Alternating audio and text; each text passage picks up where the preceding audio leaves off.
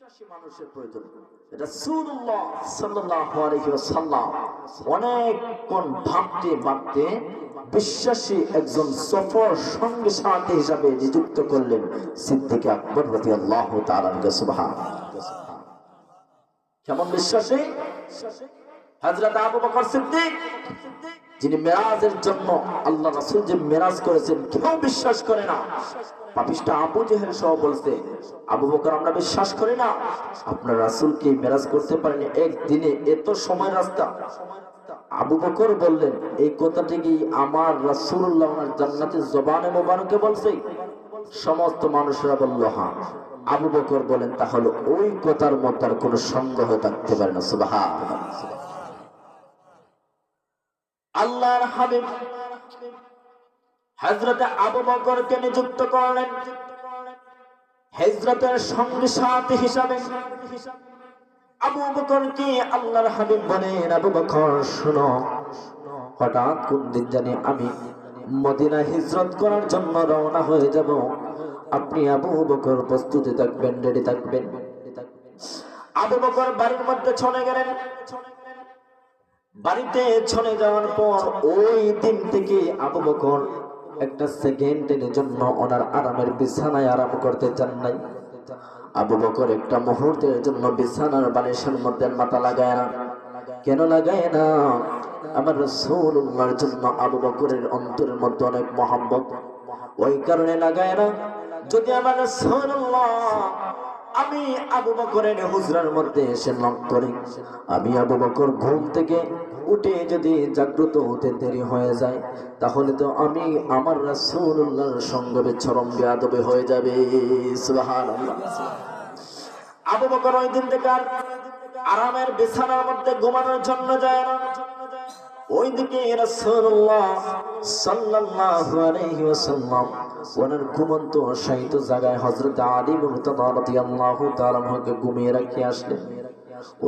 ওইদিকে আবার আল্লাহর হাবিব আবু বকর সিদ্দিক রাদিয়াল্লাহু তাআলা আনহু বাড়ির মধ্যে চলে গেলেন।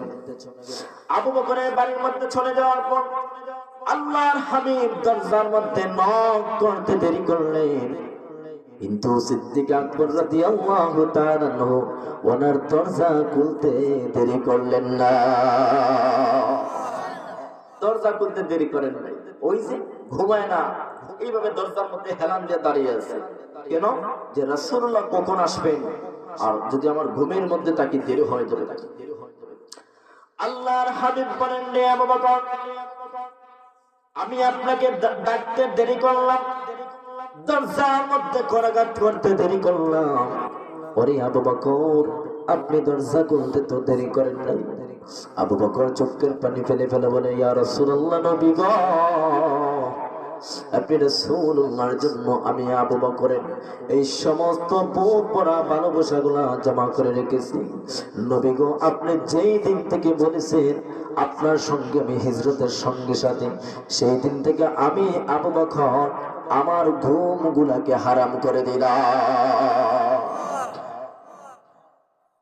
রাসূলুল্লাহ বলেন, আবু বকরের তো মহব্বত আমার জন্য।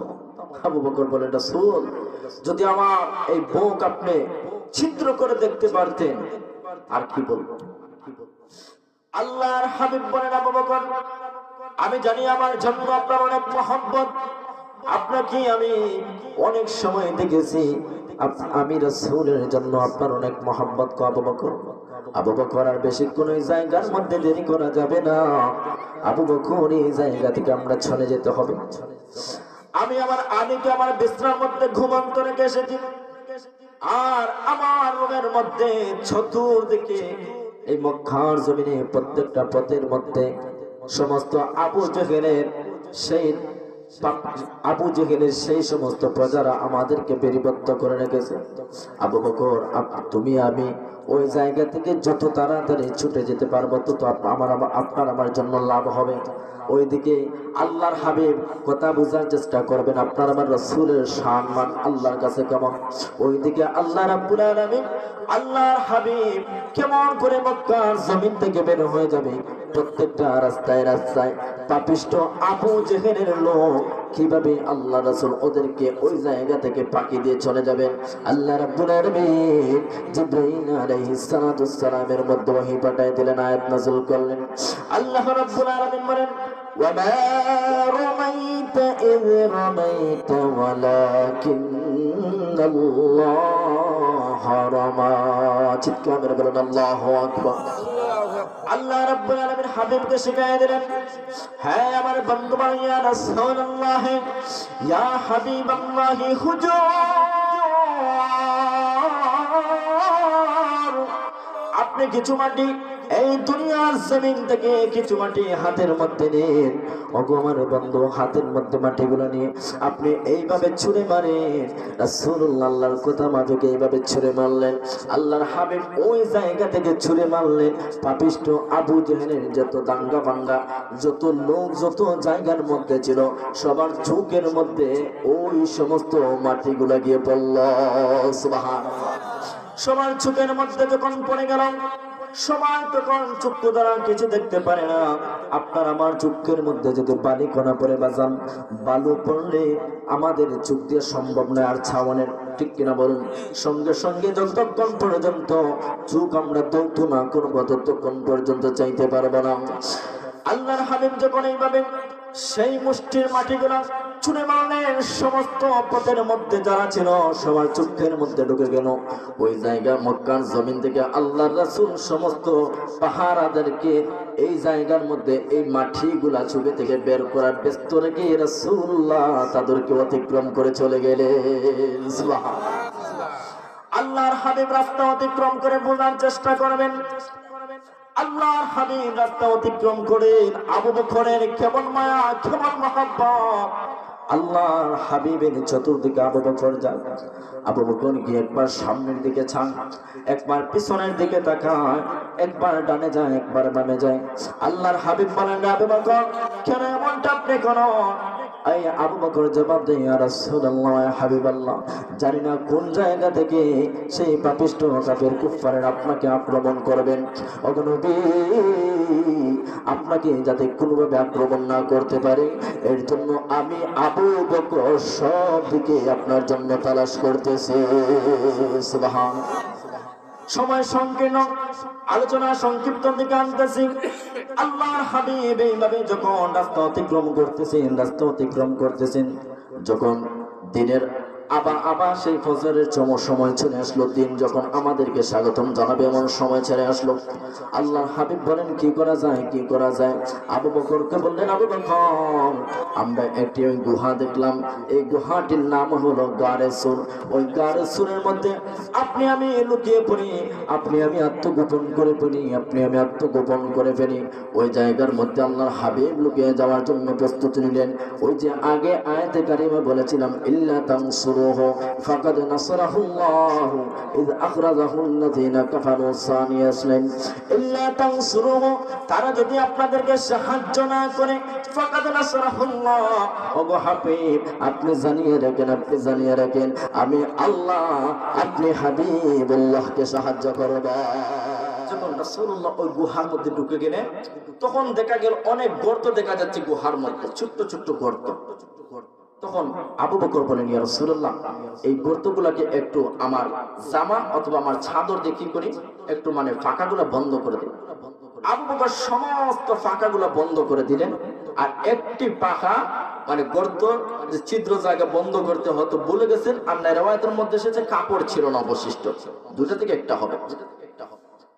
আবু বকর সিদ্দিক রাদিয়াল্লাহু তাআলা আনহু সুন্দর করে গারে সুরের ভিতর পরিষ্কার করলেন, সমস্ত ছিদ্রগুলা ওনার চাদর দিয়ে বন্ধ করে দিলেন। বন্ধ করে দেওয়ার পর আবু বকর বলেন, ওগো রাসূল, এবার ভিতরে চলে আসুন, পরিষ্কার করে দিয়েছি। আল্লাহর হাবিব অনেক জায়গা অতিক্রম করেছেন। বুঝান লক্ষ্য করবেন, এখন যদি আমি 50 কিলোমিটার অথবা 30 কিলোমিটার জায়গা পায়ে হেঁটে আসে, আমার ক্লান্তি বোধ হবে, শরীরের মধ্যে একটু অন্যরকম ভাব করবে। মানুষ যখন ক্লান্তি বোধ হয়ে যায়, অনেক কষ্টে যখন মানুষ রাস্তা অতিক্রম করে পায়ে হেঁটে আসে, মানুষ বিছানার মধ্যে যেতে দেরি হয়, মানুষের ঘুম লাগতে বেশিক্ষণ দেরি হয় না, ঠিক কিনা বলো? আল্লাহর হাবিব অনেক জায়গা অতিক্রম করে আসছেন। অনেক ক্লান্তিবোধ হয়ে গেল। আল্লাহর হাবিব বলেন, ও কলিজার টুকরা সাহাবী আবু বকর, আপনি তাহলে ওই জায়গার মধ্যে আপনি একটু সময় বসুন, আমি রাসূল একটু সময় বিশ্রাম নেই।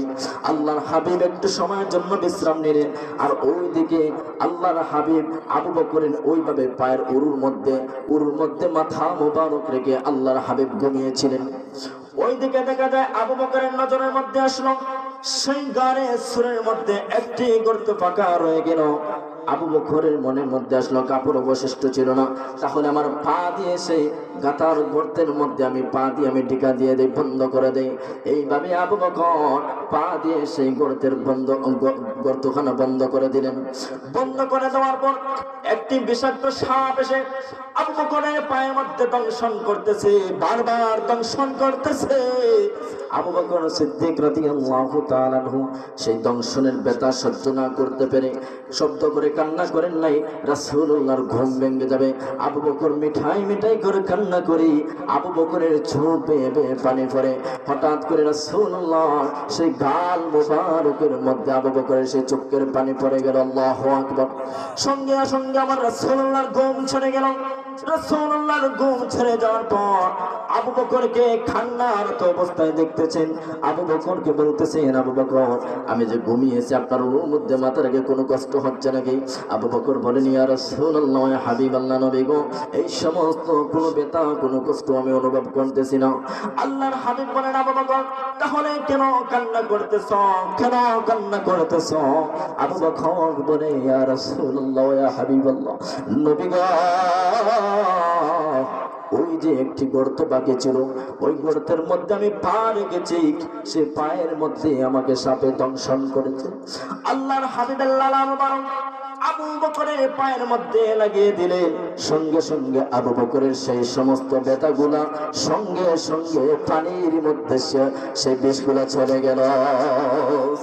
দেখুন রাসূলুল্লাহ আলাইহি, আপনি আমি যদি সারা দিন লালা দিয়ে এভাবে কাটা জায়গার মধ্যে বসাই, রক্ত বন্ধ হবে, ব্যথা মিটবে? কথা কোন মিটবে না। কিন্তু আমার রাসূলুল্লাহ শাহমান আল্লাহর কাছে কত দামি। রাসূলুল্লাহ লালা মুবারক আবু বকরের সেই জায়গার মধ্যে লাগিয়ে দিলেন, সঙ্গে সঙ্গে ব্যথাগুলো কি হয়ে গেল? নিমিষেই শেষ হয়ে গেল। ওইদিকে রাসূলুল্লাহ ইয়া আসওয়াদ বলে ডাক দিলেন, অর্থাৎ হ্যাঁ সাপ বলে ডাক দিলেন। সঙ্গে সঙ্গে সাপ এসে আল্লাহর রাসূলের সম্মুখে উপস্থিত। লাব্বাইক ইয়া রাসূলুল্লাহ, আল্লাহু আকবার। আর জোরে কোন আল্লাহু আকবার।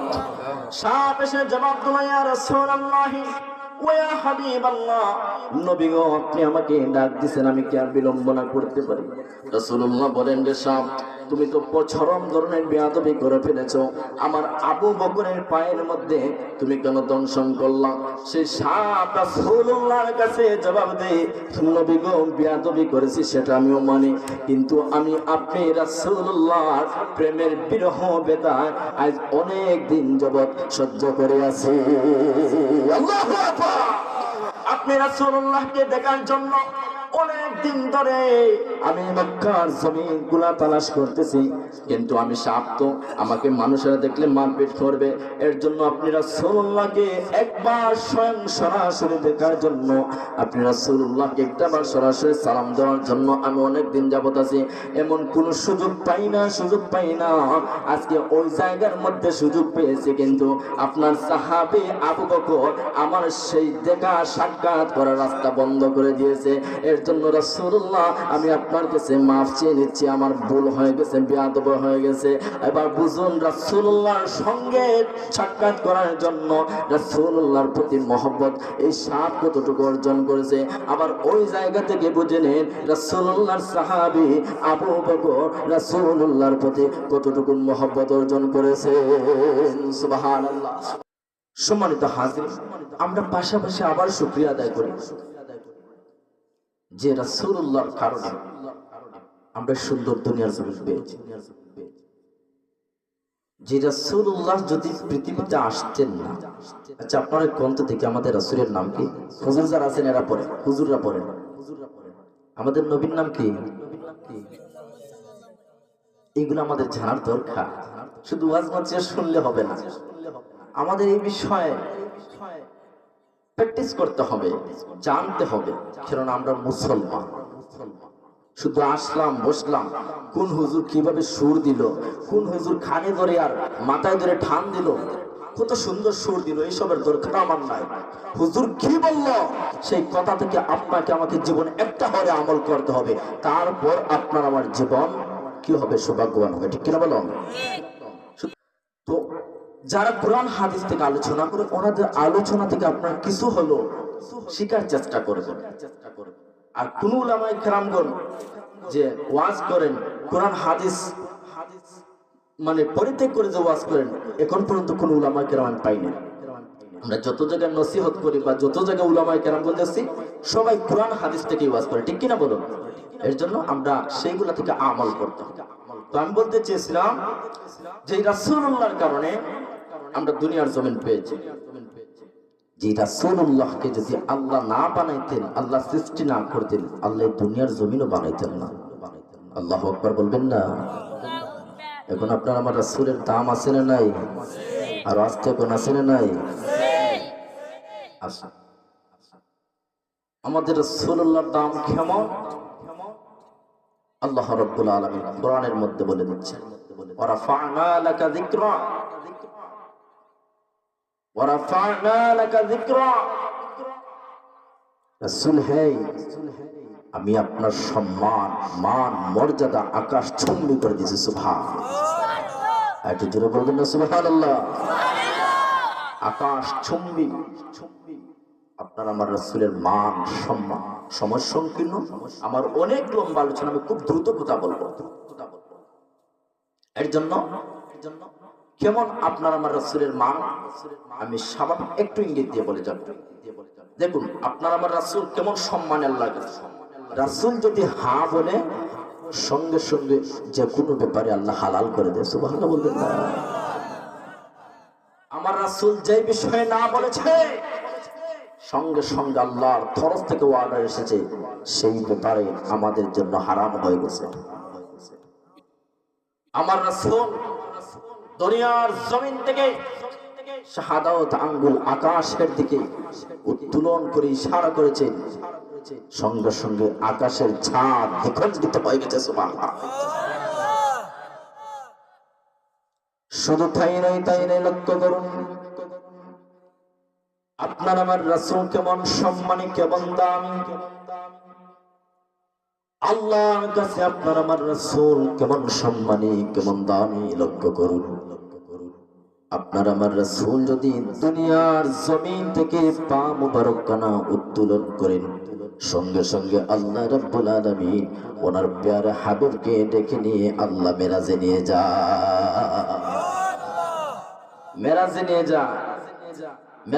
যা সরাসরি রাসূলুল্লাহর সঙ্গে বন্ধুর সঙ্গে কথা বলেন। সুবহানাল্লাহ বলবেন না? এর জন্য আপনার আমার রাসূলের দাম আছে, সম্মান আছে। আমরা দুর্ভাগা, কপাল পুরা, আমরা উম্মত হয়েও বুঝলাম না। আমাদের মতো অনেক মানুষ আছে, মুসলমানের বাচ্চা জন্ম নিয়েছে, আজকে দেখা যায় বেয়াদব হয়ে গেছে, নাস্তিক পাড়ায় লেখাপড়া করে নাস্তিক হয়ে গেছে।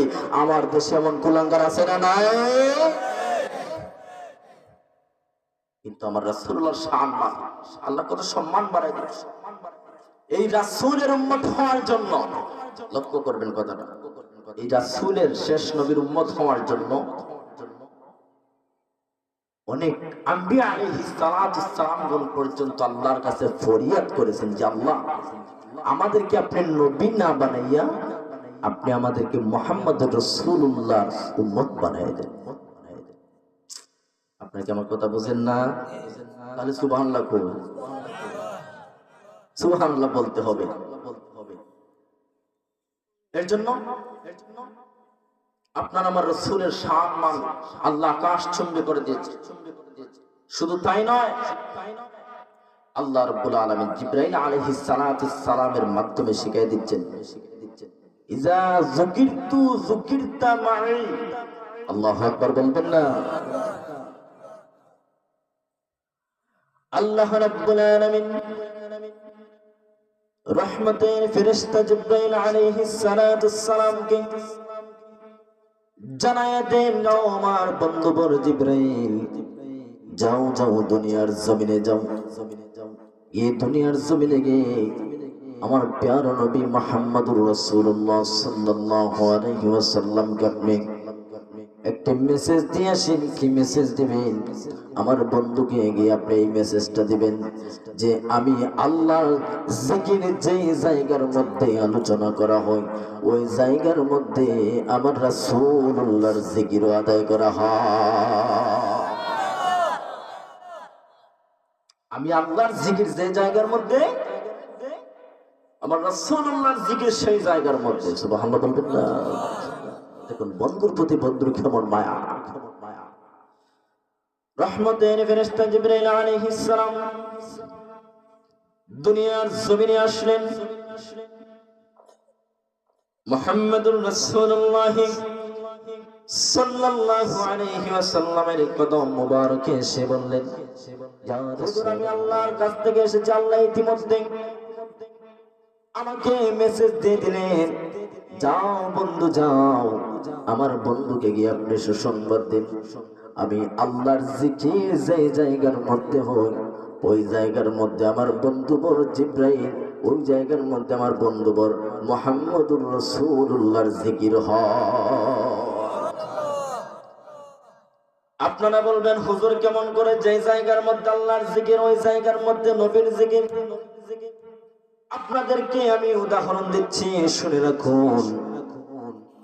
যখন আজান, যখন আমরা মুয়াজ্জিন সাহেব মাইকের মধ্যে দিই, মুয়াজ্জিন সাহেব আল্লাহু আকবার আল্লাহু আকবার আল্লাহর নাম ওই জায়গার মধ্যে উচ্চারণ করে, আবার ওই আজানের মধ্যে দেখা যায় মুয়াজ্জিন সাহেব বলেন আশহাদু আন্না মুহাম্মাদুর রাসূলুল্লাহ। এই আজানে আছে আমার নবীর নাম, আমার নবীর জিকির আছে। ইকামতের মধ্যে দেখা যায় আমার রাসূলুল্লাহর জিকির আছে আল্লাহর সঙ্গে। আল্লাহু আকবার। শুধু তাই নয়, আপনি নামাজের মধ্যে দাঁড়ালেন, নামাজের মধ্যে যেইভাবে আল্লাহর জিকির আপনি করলেন ওইভাবে দেখা যায় আমার রাসূলুল্লাহর দুরূদ শরীফ নামাজের মধ্যে আছে। পাইছেন? যে জায়গার মধ্যে আল্লাহর জিকির, ইজা যুকিরতু যুকিরতা মাই, যে জায়গার মধ্যে আল্লাহর জিকির ওই জায়গার মধ্যে আমার রাসূলুল্লাহ। সম্মানিত প্রিয় সুধী, লক্ষ্য করুন, আল্লাহ রাব্বুল আলামিন আমার রাসূলুল্লাহর সম্মান কেমন ভাবে আরো বেশি বাড়িয়ে দিলেন। রাসূলুল্লাহকে বললেন, ওগো আমার বন্ধু, যদি আমার কোন গোলাম আমি আল্লাহকে ভালোবাসলো, আপনি রাসূলুল্লাহকে ভালোবাসলো না, আমি আমার ওই গোলামের ভালোবাসাতে কোশ্চিন কালো সন্তুষ্ট হয় নাই। আল্লাহু আকবার। আল্লাহ কি বললেন? যে আমার গোলাম শুধু আমাকে ভালোবাসলো, আপনি রাসূলুল্লাহকে ভালোবাসলো না, অথবা আপনি রাসূলুল্লাহকে কি করলো না, মহব্বত করলো না, সে আমার ভালোবাসা কি হাসিল করতে পারলো না। এতে বোঝা গেল আল্লাহর প্রতি যদি ভালোবাসা অর্জন করতে হয় তাহলে রাসূলুল্লাহকে অনুসরণ করতে হবে। ঠিক কিনা বলুন? আল্লাহ রাব্বুল আলামিন কুরআনুল হাকীমের মধ্যে বলেন, قل إن كنتم تحبون الله فاتبعوني يحببكم الله ويغفر لكم ذنوبكم والله غفور رحيم. الله أكبر. قل إن كنتم, আল্লাহ রাব্বুল আলামিন নবীকে শিখিয়ে দেন, নবী আপনি জানাইয়া দেন, ইন কুনতুম, তারা যদি তুহিব্বুনাল্লাহ, আমি আল্লাহকে ভালোবাসতে চাই অথবা আমি আল্লাহর ভালোবাসা অর্জন করতে চাই, ফাত্তাবিউনি, তারা যেন আপনি রাসূলুল্লাহকে অনুসরণ করে। আওয়াজে বলবেন না সুবহানাল্লাহ। ফাত্তাবিউনি, আপনি রাসূলুল্লাহকে যেন অনুসরণ করেন। ইউহিব্বুকুমুল্লাহ, আপনি রাসূলুল্লাহকে যদি তারা অনুসরণ করে, ইউহিব্বুকুমুল্লাহ, তাহলে আমি আল্লাহর ভালোবাসা হয়ে যায়। ওয়ায়াগফির লাকুম যুনুবাকুম, তারা যদি আপনি রাসূলুল্লাহকে অনুসরণ করে তাহলে আমি আল্লাহর ভালোবাসা হয়ে যায়। ওয়ায়াগফির লাকুম যুনুবাকুম, এমনকি আমি আল্লাহ তাদের জীবনের গুনাহ সমূহ মিটাইয়া দেই। আল্লাহকে ভালোবাসতে হলে কাকে অনুসরণ করতে হবে? নবীকে। নবীকে অনুসরণ করা মানে আল্লাহর ভালোবাসা পেয়ে যাও। আর আল্লাহর ভালোবাসা পেয়ে গেলে আপনার জীবনের গুনাহ মিটিয়ে দিবেন কে? আল্লাহ মিটিয়ে দেবে। আপনারা উঠাউটি করতেছেন কেন আমি বুঝতেছি না। বিরক্ত লাগতেছে? শেষ করে দেই? শেষ করে দেব? তাহলে উঠাউটি। কোরআনের মজলিসে এরকম উঠাউটি করলে মন মানসিকতা অন্যরকম হয়ে যায়, আর এটা কোরআনের সঙ্গে বেয়াদবি হয়ে যায়। যদি ভালো না লাগে বলবেন আমি বয়ান শেষ করে দেব। লস্করি হুজুর এসে গেছে, হুজুর আলোচনা করবে। তো সম্মানিত হাজরিন, রাসূলুল্লাহর মহব্বত আমাদেরকে কি করতে হবে? অর্জন করতে হবে। এটাও রাসূলুল্লাহ আল্লাহর তরফ থেকে সম্মান। যদি রাসূলুল্লাহ মহব্বত আমরা অর্জন না করতে পারি, আমাদের অন্তরের মধ্যে রাসূলুল্লাহর জন্য মহব্বতের জায়গা না রাখতে পারি, আমরা কোশ্চিনকালেও ঈমানদার হতে পারবো না। যেমন রাসূলুল্লাহ হাদিসে মুবারকের মধ্যে ওনার জান্নাতের জবানে মুবারকে বলেন যে তারা যেন তাদের মা বাবা ভাই বোন এক কথায় হলো তার জীবনে তার কাছে সবচাইতে পছন্দনীয় যেই জিনিস, সেই জিনিসের মধ্য থেকে যদি আমি রাসূলুল্লাহকে বেশি ভালো না বাসতে পারি, ততক্ষণ পর্যন্ত সে পরিপূর্ণ ঈমানদার হতে পারবে না। আল্লাহু আকবার বলবেন না? দেখুন আমার রাসূলের সম্মান কেমন।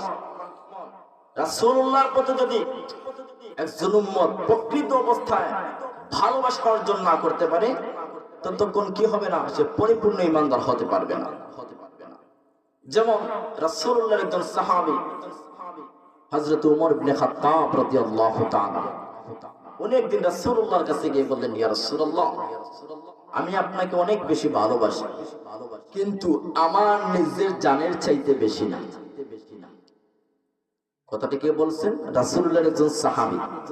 সাহাবী বলছেন, উনি আবার আশায়ে মুবাশশারা 10 জন সুসংবাদ প্রাপ্ত সাহাবী জান্নাতে যারা যাবেন ওনাদের মধ্য থেকে একজন হযরত ওমর ইবনে খাত্তাব।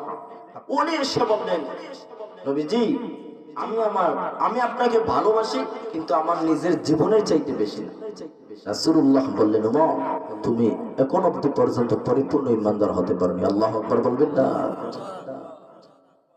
রাসূলুল্লাহ সাল্লাল্লাহু আলাইহি ওয়াসাল্লাম এই কথা শোনার পরেই হযরতে ওমর ইবনে খাত্তাব রাদিয়াল্লাহু তাআলা আনহু বলেন, ইয়া রাসূলুল্লাহ, ইয়া হাবিবাল্লাহ, নবী গো, আমি ইতিমধ্যে আপনাকে সাক্ষী রেখে বললাম, আমি আমার নিজের জীবনের চাইতে জানের চাইতে আরো বেশি আপনি রাসূলুল্লাহকে ভালোবাসি। রাসূলুল্লাহ সাল্লাল্লাহু আলাইহি ওয়াসাল্লাম হযরত ওমরকে সুসংবাদ দিয়ে দিলেন, ওরে আমার কলিজার টুকরা সাহাবী ওমর,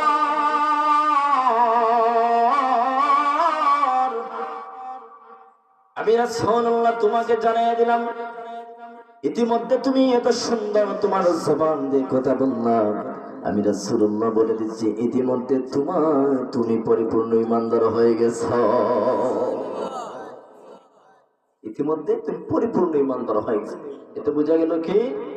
আপনার আমার জান মাল সব কিছুর ঊর্ধ্বে রাসূলুল্লাহকে বেশি ভালোবাসতে হবে। ঠিক কিনা বলো? রাসূলুল্লাহর প্রতি মহব্বত কম থাকলে হবে না। আপনি আমি যে রাসূলুল্লাহর সুপারিশের কারণে আপনি আমি জান্নাত পাবো, যেহেতু আমাকে শানের সালাত বিষয় দেওয়া হয়। দেখুন আপনার আমার রাসূলের সম্মান কেমন। আপনার আমার রাসূল আপনার আমার জন্য হাসরের বিভীষিকাময় কঠিন বিভীষিকাময় দিনে সিজদার মধ্যে পড়ে যাবেন। আল্লাহ রাব্বুল আলামিন প্রশ্ন করবেন, হাবিব আমার, আপনি কেন সিজদার মধ্যে পড়ে গেলেন?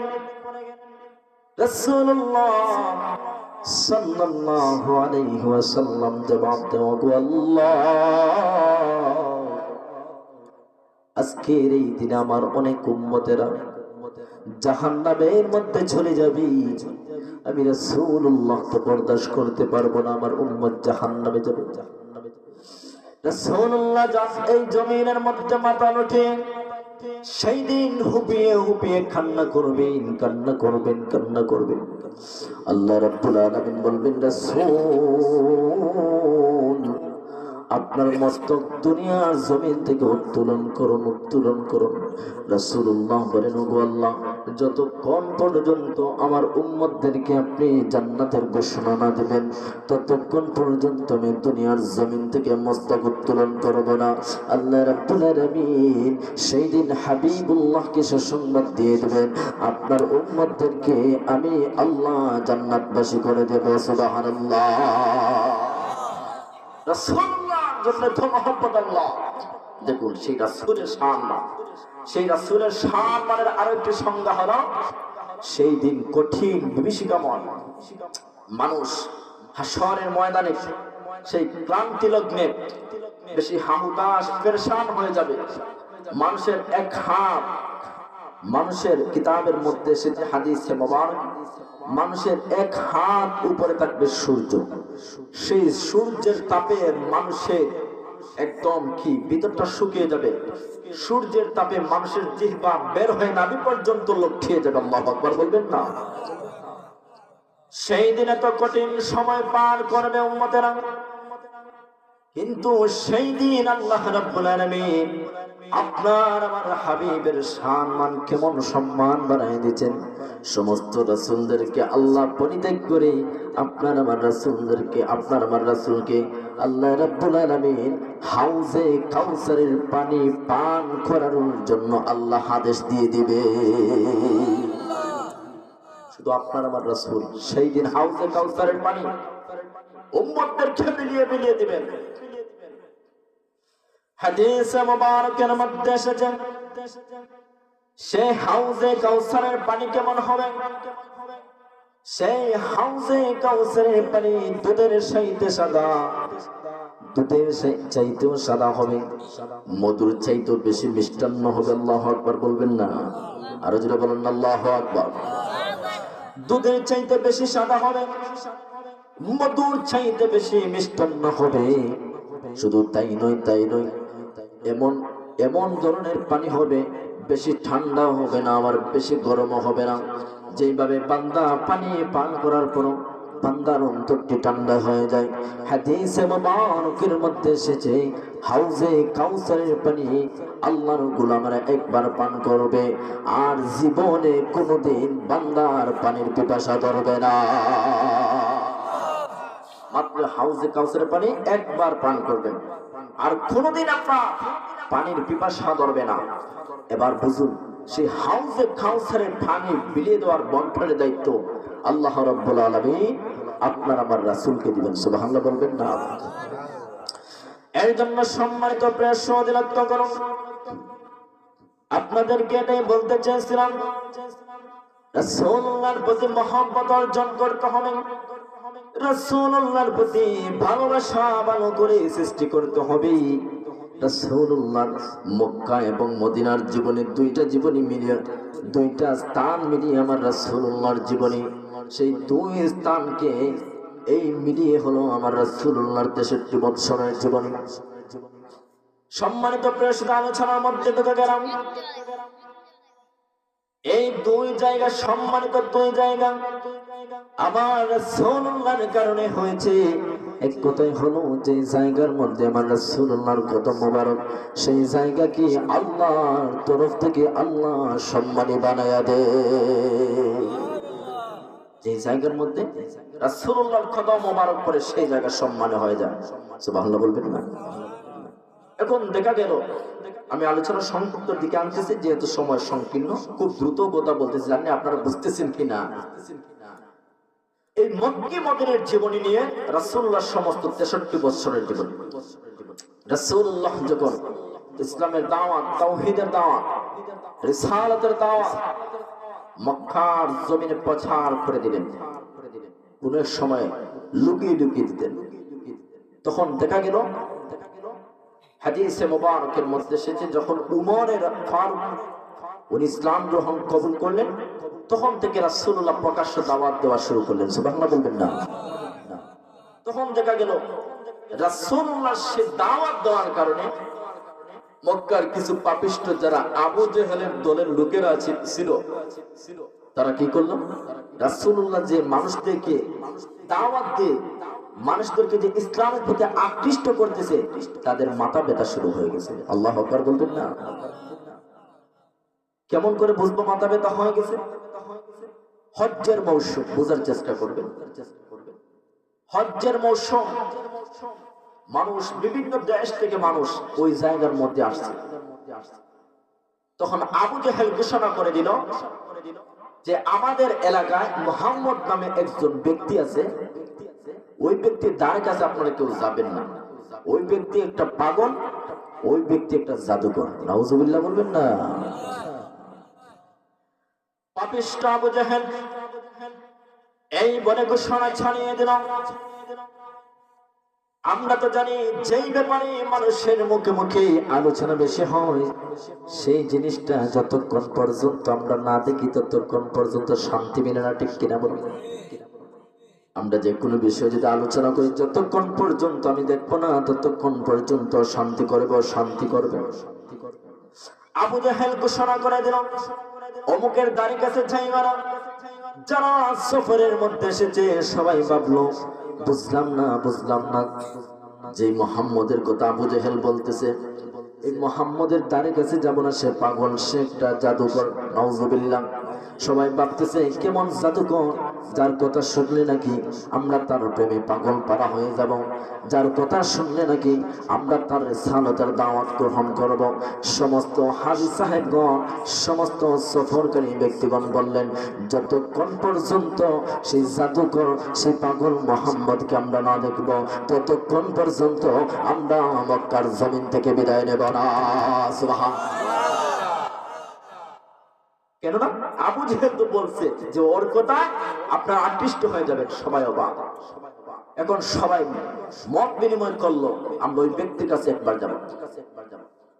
দেখা গেল আল্লাহর রাসূলের সঙ্গে যারা মুলাকাত করার জন্য যায়, আল্লাহর রাসূলের সঙ্গে যারা দেখা করার জন্য যায়, দেখা গেল যারা রাসূলুল্লাহর সঙ্গে কথা বলে, কথা বলতে শেষ হতে দেরি হয়, আমার রাসূলুল্লাহর হাত মোবারক ধরে কালিমার দাওয়াত কবুল করে, কালিমা পড়ে আল্লাহর তাওহীদের দাওয়াত কবুল করে মুসলমান হতে বেশি সময় দেরি করে না,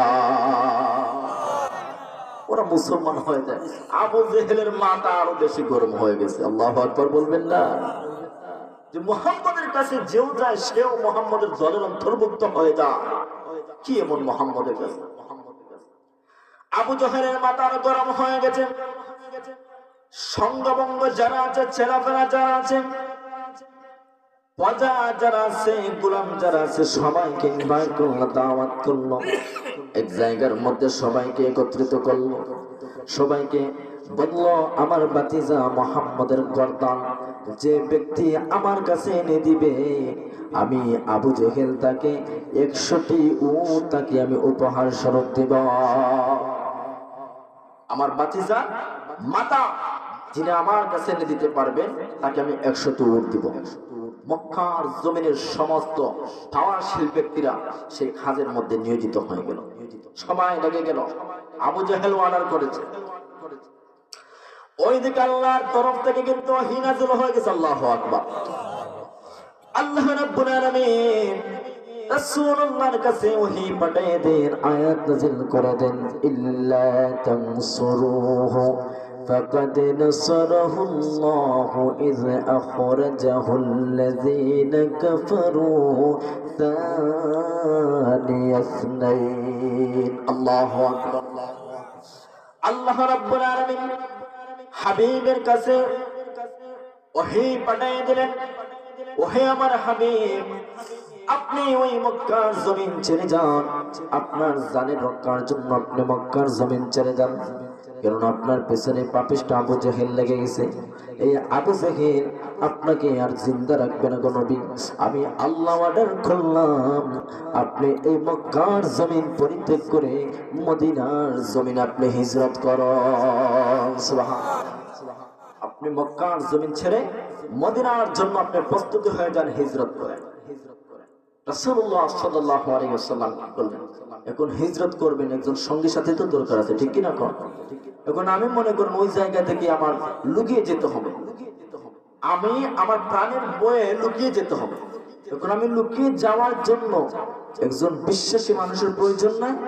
কথা বল না। আমি যে জায়গা থেকে যাবো, বিশ্বাসী মানুষ না হলে তো আমার শত্রুদেরকে গিয়ে বলে দিবে যে তোমাদের দুশমন চলে যাচ্ছে, ওকে তোমরা কি করো, আটকাও। এইভাবে একজন বিশ্বাসী মানুষের প্রয়োজন। রাসূলুল্লাহ সাল্লাল্লাহু আলাইহি ওয়াসাল্লাম অনেকক্ষণ ভাবতে ভাবতে বিশ্বাসী একজন সফর সঙ্গী সাথী হিসাবে নিযুক্ত করলেন সিদ্দিক আকবর রাদিয়াল্লাহু তাআলা আনহু। সুবহানাল্লাহ। কেমন বিশ্বাসী? হযরত আবু বকর সিদ্দিক, যিনি মেরাজের জন্য আল্লাহ রাসূল যে মেরাজ করেছেন কেউ বিশ্বাস করে না। পাপিষ্ঠ আবু জেহেল সহ বলছে, আবু বকর আমরা বিশ্বাস করি না আপনার রাসূলকে মেরাজ করতে পারেনি একদিনে, এত সময় রাস্তা। আবু বকর বললেন, এই কথাটি কি আমার রাসূলুল্লাহ ওনার জান্নাতের জবানে মোবারকে বলছে? সমস্ত মানুষরা বলল হ্যাঁ। আবু বকর বলেন, তাহলে ওই কথার মধ্যে আর কোনো সন্দেহ থাকতে পারে না। সুবহানাল্লাহ। আল্লাহর হাবিব হযরত আবু বকরকে নিযুক্ত করলেন হিজরতের সঙ্গী সাথী হিসাবে। আবু বকর কি আল্লাহর হাবিব বলেন, আবু বকর শুনো, হঠাৎ কোন দিন জানি আমি মদিনা হিজরত করার জন্য রওনা হয়ে যাব, আপনি আবু বকর প্রস্তুতি থাকবেন, রেডি থাকবেন। আবু বকর বাড়ির মধ্যে চলে গেলেন। বাড়িতে চলে যাওয়ার পর ওই দিন থেকে আবু বকর একটা সেকেন্ডের জন্য ওনার আরামের বিছানায় আরাম করতে চান নাই। আবু বকর একটা মুহূর্তের জন্য বিছানার বালিশের মধ্যে মাথা লাগায় না। কেন লাগায় না? আমার রাসূলুল্লাহর জন্য আবু বকরের অন্তরের মধ্যে অনেক মহব্বত, ওই কারণে লাগায় না।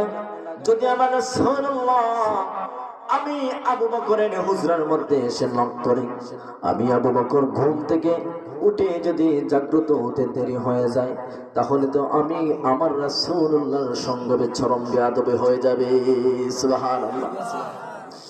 আবু বকর ওই দিন থেকে আরামের বিছানার মধ্যে ঘুমানোর জন্য যায় না। ওইদিকে রাসূলুল্লাহ সাল্লাল্লাহু আলাইহি ওয়াসাল্লাম ওনার ঘুমন্ত শায়িত জায়গায় হযরত আলী মুরতাদা রাদিয়াল্লাহু তাআলা আনহুকে ঘুমিয়ে রেখে আসলেন।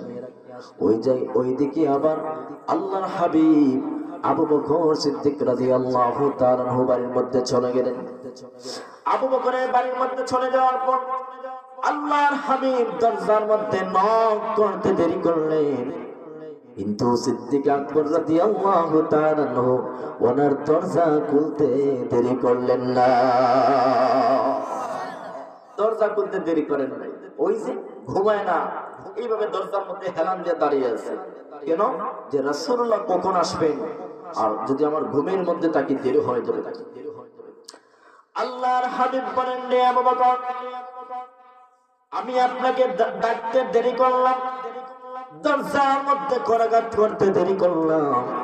ওরে আবু বকর, আপনি দরজা খুলতে তো দেরি করেন নাই। আবু বকর চোখের পানি ফেলে ফেলে বলে, ইয়া রাসূলুল্লাহ, নবী গো, আপনি রাসূলুল্লাহর জন্য আমি আবু বকরের এই সমস্ত বুক ভরা ভালোবাসাগুলা জমা করে রেখেছি। নবী গো, আপনি যেই দিন থেকে বলেছেন আপনার সঙ্গে আমি হিজরতের সঙ্গে সাথে, সেই দিন থেকে আমি আবু বকর আমার ঘুমগুলাকে হারাম করে দিলাম। রাসূলুল্লাহ বলেন, আবু বকরের তো মহব্বত আমার জন্য। আবু বকর বলেন, রাসূল, যদি আমার এই বুক আপনি ছিদ্র করে দেখতে পারতেন আর কি বলবো। আল্লাহর হাবিব বলেন, আবু বকর, আমি জানি আমার জন্য আপনার অনেক মহব্বত, আপনাকে আমি অনেক সময় দেখেছি আমি রাসূলের জন্য আপনার অনেক মহব্বত কো আবু বকর। আবু বকর আর বেশিক্ষণ ওই জায়গার মধ্যে দেরি করা যাবে না। আবু বকর এই জায়গা থেকে আমরা চলে যেতে হবে। আমি আমার আলীকে আমার বিছানার মধ্যে ঘুমন্ত রেখে এসেছি, আর আমার রুমের মধ্যে চতুর্দিকে এই মক্কার জমিনে প্রত্যেকটা পথের মধ্যে সমস্ত আবু জেহেলের সেই সমস্ত প্রজারা আমাদেরকে বেরিবদ্ধ করে রেখেছে। আবু বকর, তুমি আমি ওই জায়গা থেকে যত তাড়াতাড়ি ছুটে যেতে পারবো তত আপনার আমার জন্য লাভ হবে। ওইদিকে আল্লাহর হাবিব কথা বোঝার চেষ্টা করবেন, আপনার আমার রাসূলের সম্মান আল্লাহর কাছে কেমন। ওইদিকে আল্লাহ রাব্বুল আলামিন আল্লাহর হাবিব কেমন করে মক্কার জমিন থেকে বের হয়ে যাবে। প্রত্যেকটা রাস্তায় রাস্তায় পাপিষ্ট আবু জেহেলের লোক কিভাবে আল্লাহ রাসূল ওদেরকে ওই জায়গা থেকে পাকি দিয়ে চলে যাবে। আল্লাহ রাব্বুল আলামিন জিবরাইল আলাইহিস সালাতুস সালামের মধ্যে ওহী পাঠিয়ে দিলেন, আয়াত নাযিল করলেন। আল্লাহ রাব্বুল আলামিন বলেন, ওয়ামা রামাইতা ইয রামাইতা ওয়ালাকিন্নাল্লাহ রামা। চিৎকার করে বলেন আল্লাহু আকবার। আল্লাহ রাব্বুল আলামিন হাবিবকে শিখিয়ে দিলেন, হ্যাঁ আমার বন্ধু ইয়া রাসূলুল্লাহ ইয়া হাবিবাল্লাহ হুজুর,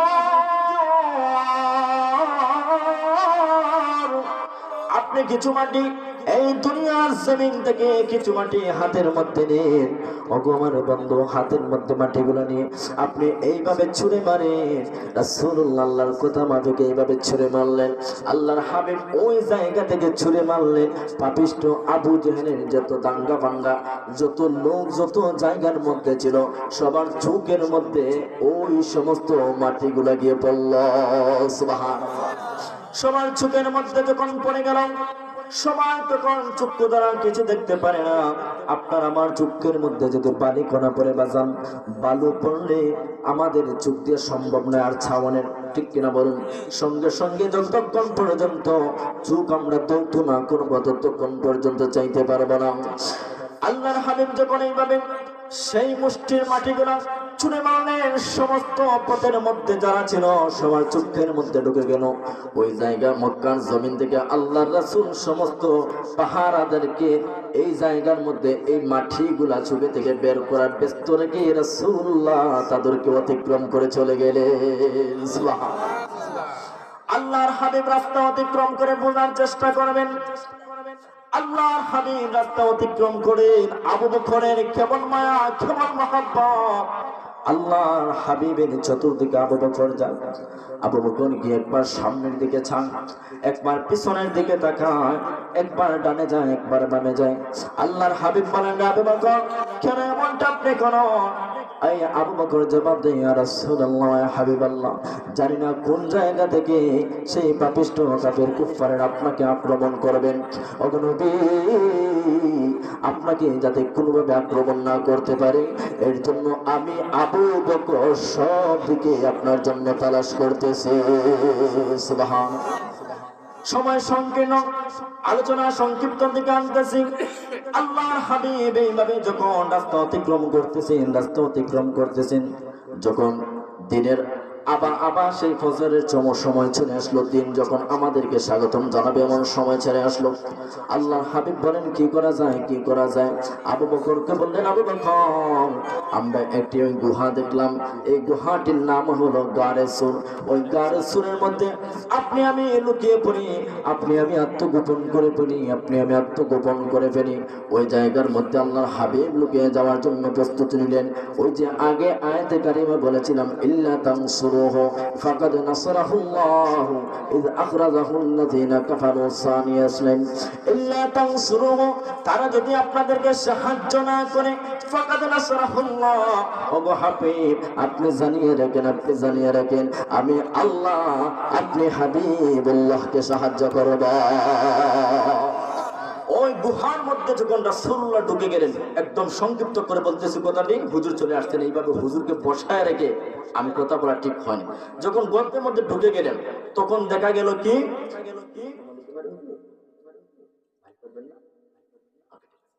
যখন রাসূলুল্লাহ ওই গুহার মধ্যে ঢুকে গেলেন তখন দেখা গেল অনেক গর্ত দেখা যাচ্ছে গুহার মধ্যে, ছোট্ট ছোট্ট গর্ত। তখন আবু বকর বলেন, ইয়া রাসূলুল্লাহ, এই গর্তগুলোকে একটু আমার জামা অথবা আমার চাদর দিয়ে কি করি, একটু মানে ফাঁকাগুলো বন্ধ করে দিই। আবু বকর সমস্ত ফাঁকাগুলো বন্ধ করে দিলেন, আর একটি পাখা মানে গর্ত যে ছিদ্র জায়গা বন্ধ করতে হতো বলে গেছেন, আর রিওয়ায়াতের মধ্যে এসেছে কাপড় ছিল না অবশিষ্ট, দুটো থেকে একটা হবে।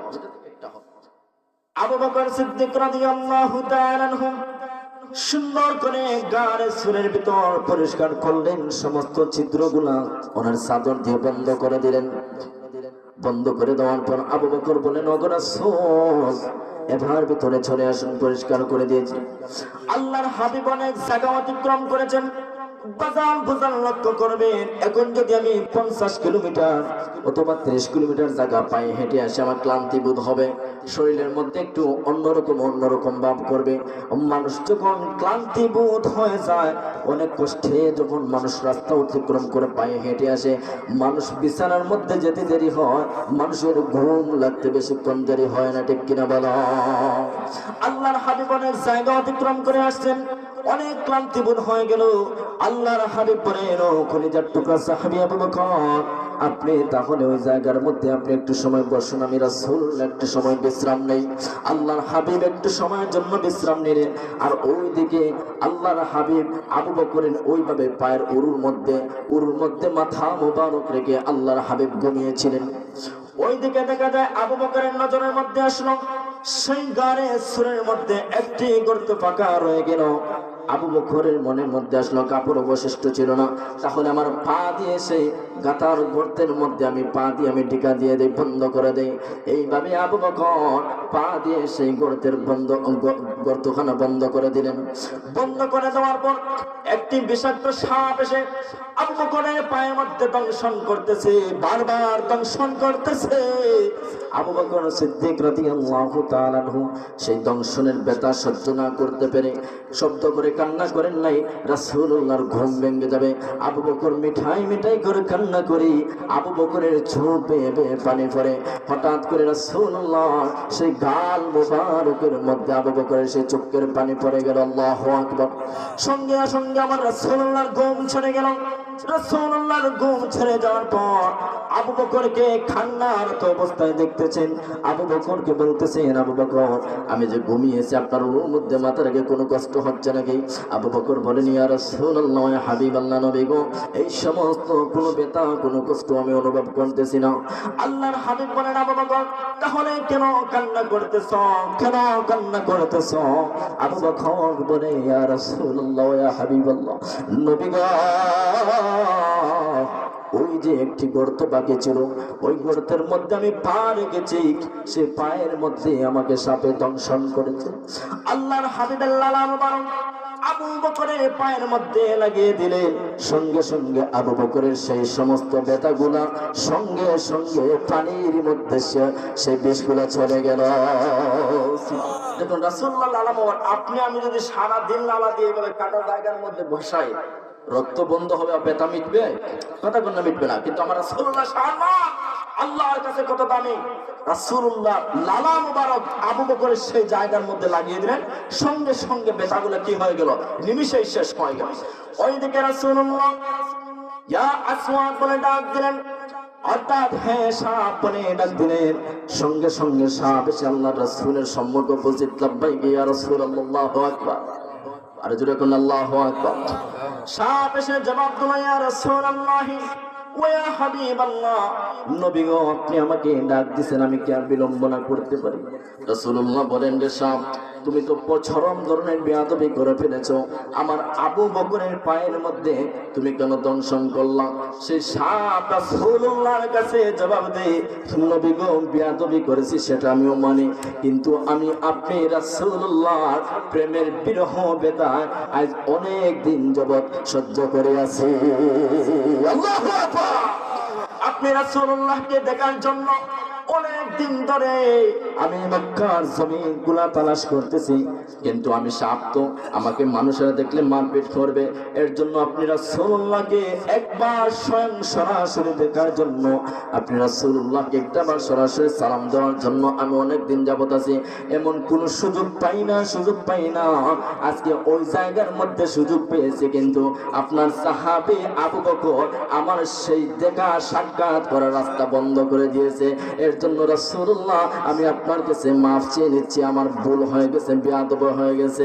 এবার বুঝুন, রাসূলুল্লাহর সঙ্গে সাক্ষাৎ করার জন্য রাসূলুল্লাহর প্রতি মহব্বত এই সাপ কতটুকু অর্জন করেছে। আবার ওই জায়গা থেকে বুঝে নেন রাসূলুল্লাহর সাহাবী আবু বকর রাসূলুল্লাহর প্রতি কতটুকু মহব্বত অর্জন করেছে। সুবহানাল্লাহ। তো এর জন্য সম্মানিত হাজির, আমি আর লম্বা আলোচনা নেব না, অনেক লম্বা ছিল। রাসূলুল্লাহ শান মানতো, বলে সারা রাত্র যদি শেষ করে দেই শান মান বলা শেষ হবে না। হুজুর চলে আসছেন, আমি সমাপ্ত করে দিলাম। এর জন্য রাসূলুল্লাহ শান মান আমার আল্লাহর কাছে অনেক বেশি। আমার আল্লাহ রাসূলুল্লাহ শান মান ওরা ফানা লাকা যিকরা, আমার রাসূলুল্লাহ শান মান বাড়ায় দিচ্ছেন কে? বাজার সমস্যা কোনটা বলো? আল্লাহ। আপনার আমার রাসূলুল্লাহ শান মান আল্লাহ বাড়িয়ে দিচ্ছেন, কিন্তু সেই পাপিষ্ঠ কুলাঙ্গারেরা, সে ফ্রান্সের প্রধানমন্ত্রী বলুন আর ইন্ডিয়ার ভারতের পার্শ্ববর্তী ভারতের কুলাঙ্গারা কিছুদিন আগে আমার রাসূলুল্লাহ শান মানকে নিয়ে কি বললো। এর জন্য আমরা বলতে চাই, পৃথিবীর যে জায়গা থেকে আমার রাসূলুল্লাহ শান মান ইজ্জত আজমত দিয়ে তোমরা ছুন কালিমা গাতে চাও না কেন, পশ্চিম কালেও পারবা না। কেননা আমার রাসূলুল্লাহ শান মান বাড়ায় দিচ্ছে কে? বাজার উচ্চ আওয়াজে বলেন কে? এর জন্য আল্লাহ রাব্বুল আলামিন যেন রাসূলুল্লাহর প্রতি আমাদেরকে এইভাবে মহব্বত অর্জন করার তৌফিক দেন, যেইভাবে আবু বকর সিদ্দিক ভালোবেসেছেন, যেইভাবে হযরতে ওমর ইবনে খাত্তাব ভালোবেসেছেন, যেইভাবে হযরতে বেলাল হাবশী ভালোবেসেছেন, যেইভাবে আল্লাহ রাসূলকে ভালোবেসেছেন, এইভাবে আমরাও বাসতে চাই। আল্লাহ রাব্বুল আলামিন যেন সেই ভালোবাসা অর্জন করার তৌফিক দেন। উচ্চ আওয়াজে বলে আমিন। ওয়া আখির দাওয়ানা আলহামদুলিল্লাহি রাব্বিল আলামিন।